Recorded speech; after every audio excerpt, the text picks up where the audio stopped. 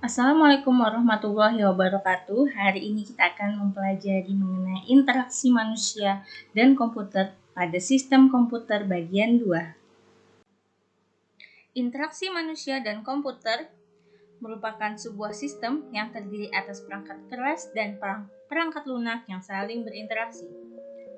Interaksi antarmuka seringkali digunakan untuk menghubungkan antara perangkat satu dengan perangkat lainnya, mulai dari perangkat masukan dan keluaran yang dikendalikan oleh sistem operasi.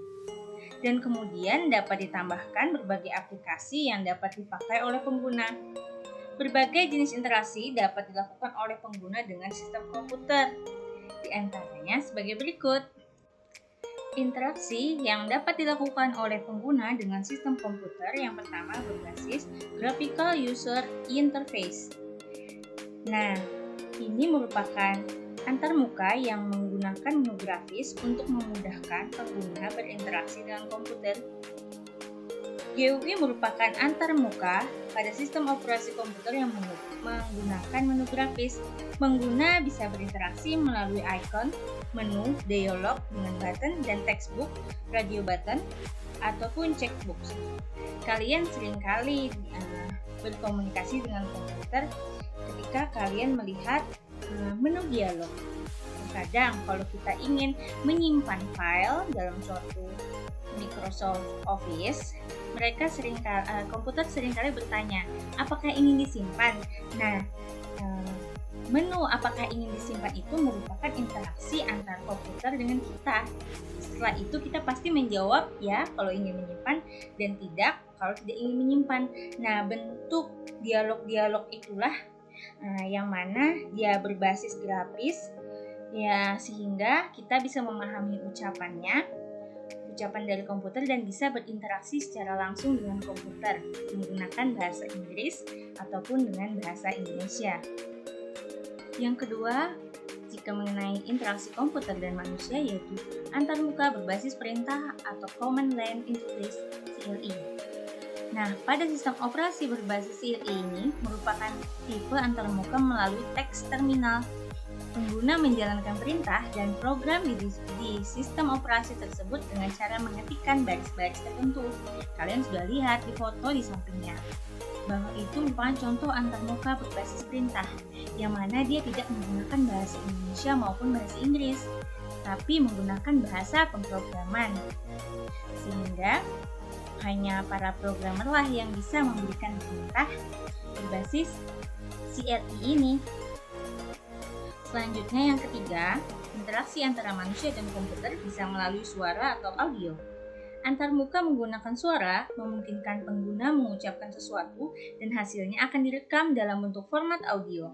Antarmuka ini hanya dimungkinkan jika perangkat keras menyediakan perekam suara dan melalui sebuah aplikasi. Nah, contohnya saja di Google. Ketika di Google itu, kita bisa memasukkan data, bisa dengan cara mengetik ataupun dengan audio, yang mana suara kita direkam oleh Google, kemudian dirubah menjadi teks sehingga nanti apa yang kita cari itu bisa masuk di websitenya. Interaksi manusia dan komputer yang keempat, yaitu bisa melalui gambar atau video. Antarmuka menggunakan gambar hanya memungkinkan jika perangkat keras menyediakan kamera. Kamera akan merekam gambar dan melalui aplikasi akan menyimpan gambar dalam format video. Jadi, ini sama halnya ketika kita ingin berfoto. Berfoto itu juga merupakan interaksi antara manusia dan komputer, yang mana kemudian hasilnya nanti bisa berupa format video ataupun format foto. Dan yang kelima, interaksi antara manusia dan komputer bisa melalui berbagai piranti masukan lainnya. Selain melalui perangkat lunak, pengguna dapat berinteraksi langsung ke komputer melalui piranti masukan, seperti yang dijelaskan sebelumnya. Bisa berupa keyboard, joystick, mouse, touchpad, layar sentuh, atau bisa juga menggunakan keyboard virtual. Nah, perlu diingat untuk kalian semua bahwasanya interaksi antara komputer dan manusia itu ada 5. Mari kita review lagi. Yang pertama berbasis Graphical User Interface atau GUI. Yang kedua berbasis perintah atau CLI. Kemudian yang ketiga melalui suara, yang keempat melalui gambar, dan yang kelima melalui berbagai piranti masukan lainnya. Ingat, komputer dia tidak akan bisa menjalankan programnya sendiri tanpa bantuan manusia. Makanya komputer perlu berinteraksi dengan manusia, sehingga dengan interaksi kita dan komputer itu dapat menjalankan sebuah aplikasi, kemudian dapat menghasilkan sesuatu yang namanya output. Nah, seperti itu. Demikian yang dapat saya sampaikan hari ini.